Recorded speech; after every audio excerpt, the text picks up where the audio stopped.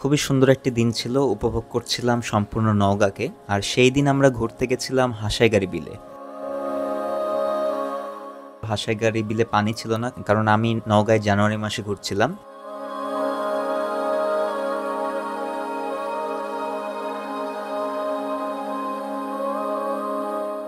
So সামনে হাসাইগাড়ি বিলের একটি সুন্দর সাইনবোর্ড দেখতে পাই, যেখানে আমি একটা ড্রোন ফ্লাই করার চেষ্টা করি, আর সেই সময় ঘটে যায় এই দুর্ঘটনাটি। ড্রোন ইউজ করার পরে ফার্স্ট টাইম এটি আমার ড্রোন ক্র্যাশ ছিল। আমি আসলে মাপটা ঠিকভাবে না বুঝেই ফ্লাই করার চেষ্টা করি, আর এতেই ঘটে যায় দুর্ঘটনা।